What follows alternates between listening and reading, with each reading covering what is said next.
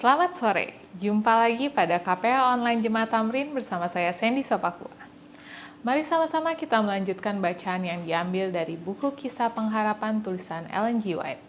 Namun sebelumnya mari sama-sama kita berdoa. Bapa kami yang surga, terima kasih Bapa atas berkat-Mu hingga sampai pada hari ini. Sekarang kami ingin mempelajari sebagian dari firman-Mu ya Bapa. Kiranya hikmat kebijaksanaan Bapa dapat kirimkan kepada kami, sehingga kami dapat mengerti dan kami dapat lebih memahami tentang firman-Mu ya Bapa.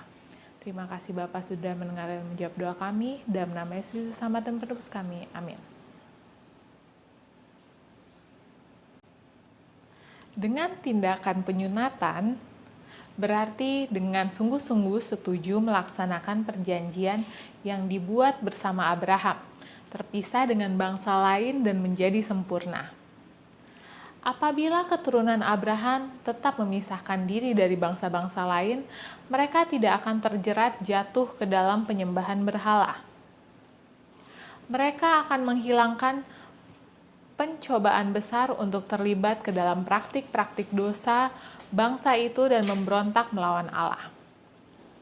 Sampai kepada satu derajat yang tinggi, mereka menghilangkan perbedaan, karakter yang suci karena berbaur dengan bangsa di sekitar mereka.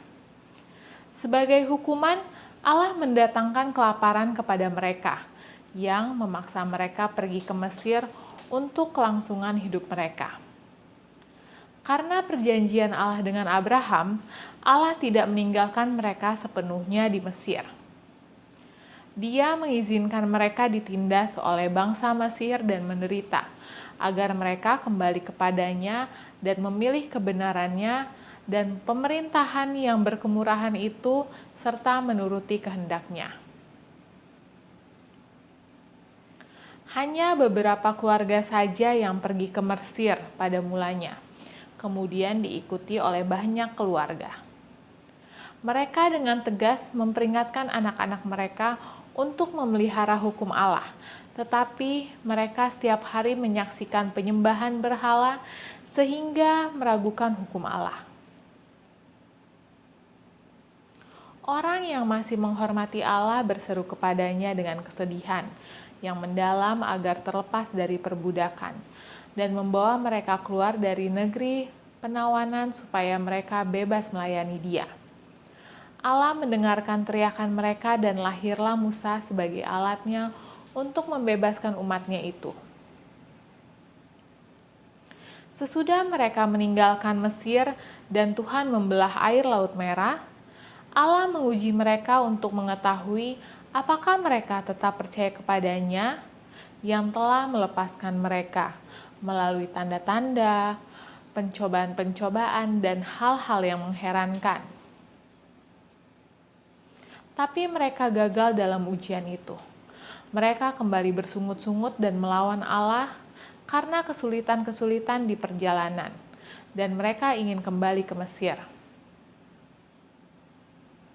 Ditulis pada loh batu, untuk meninggalkan mereka tanpa pengampunan, Tuhan sendiri merendahkan diri turun ke Gunung Sinai dalam kemuliaan dan dikelilingi malaikat-malaikatnya. Begitu dahsyat dan penuh kemuliaan, Dia menyampaikan kepada mereka hukumnya, yaitu 10 hukum. Dia tidak mempercayakan orang lain untuk mengajar mereka, bahkan kepada para malaikatnya, tetapi dengan suaranya sendiri Dia mengatakan sehingga didengar oleh bangsa itu.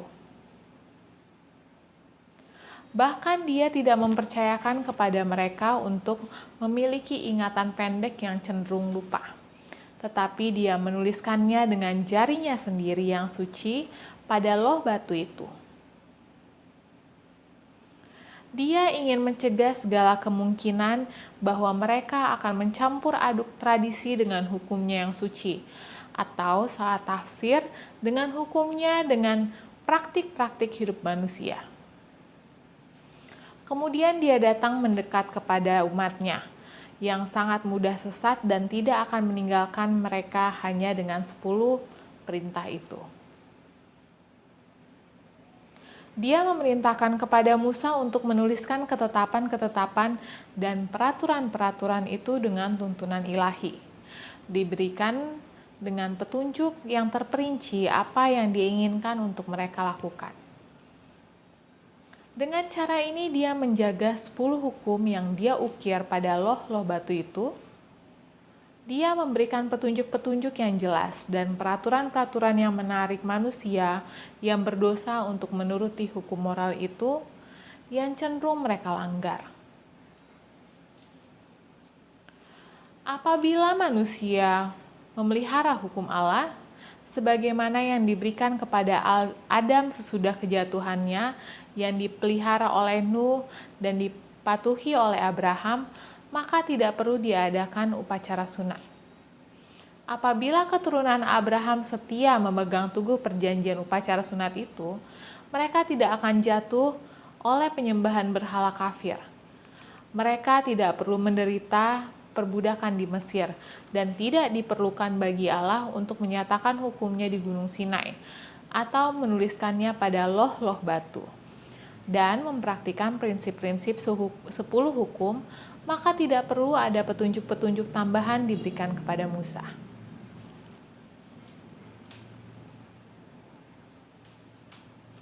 Ketetapan dan peraturan.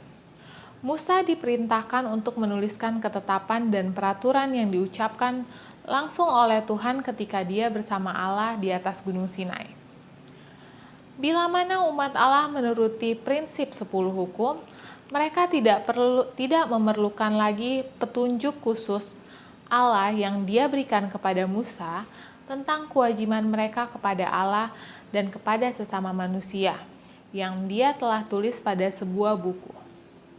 Petunjuk yang Allah berikan kepada Musa tentang kewajiban bangsa itu kepada satu sama lain dan kepada orang asing merupakan prinsip dari 10 hukum, disederhanakan dan dijabarkan dalam bentuk sikap yang tidak keliru, sehingga mereka tidak perlu salah mengerti tentang hukum itu.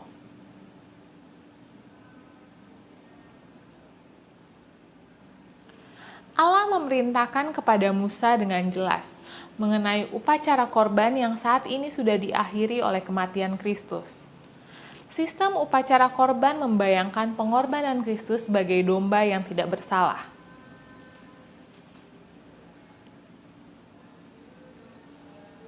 Allah untuk pertama kali mengadakan sistem upacara korban dengan Adam sesudah kejatuhannya, dan Adam mengajarkan kepada keturunannya.